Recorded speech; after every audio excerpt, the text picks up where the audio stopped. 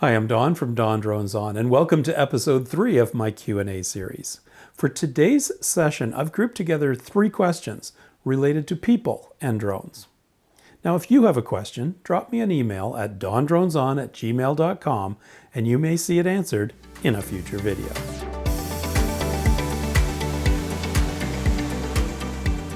So the first 2 questions today are related to bystanders. Hi, Don. I have one question.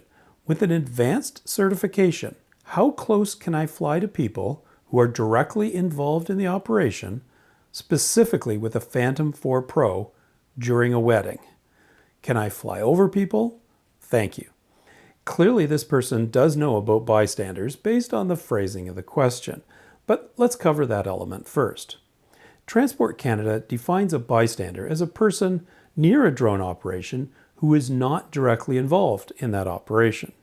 You need to stay 30 meters horizontally away from bystanders if you have your basic license, and 5 meters away from bystanders if you have your advanced license. And this is important, your drone is on the safety certified list. You can only fly closer than 5 meters horizontally, including right over a person, if your drone is certified for flying over people. And very few are. The Phantom 4 Pro is certified for flying near people, that 5 meters, but not any closer than that. Okay, but what does involved in the operation mean? First of all, the drone pilot and anyone in their crew, such as a visual observer, are not considered bystanders. They are obviously directly involved, and you can happily fly right over their heads. And people who are being filmed by a drone know that they're being filmed, understand the risks, and have indicated consent, are also involved in the operation. So the same thing. They are not bystanders. So you can fly near them and right over their heads if you want. But you need to be very careful. Did everyone in the wedding party agree to this? Were they intoxicated when you asked them? Did they have an opportunity to leave the vicinity? Now, legally, I suppose you could have everyone sign a waiver, or you could keep it simple. Keep your drone well back from the crowd, and honestly, 5 meters isn't really very far, and don't fly right over people. Keep it safe. Better yet, enjoy yourself at the wedding and leave the drone at home. My second question today is also about bystanders. Is a person in a car a bystander? Okay, this is yet another subtlety about bystanders. A person in a building or a covered vehicle is not even really considered to be at the operation. Essentially, they are protected as long as they stay in the building or vehicle. So a person in a car, a covered car, is not a bystander. And you can, assuming you're doing everything else safely, of course, fly near them or over them. But we're probably talking about cars on roads. And of course, there could also be motorcycles on the road, or cyclists, or people driving convertibles for that matter. Those people are not protected and would be considered bystanders, which of course you need to stay clear of.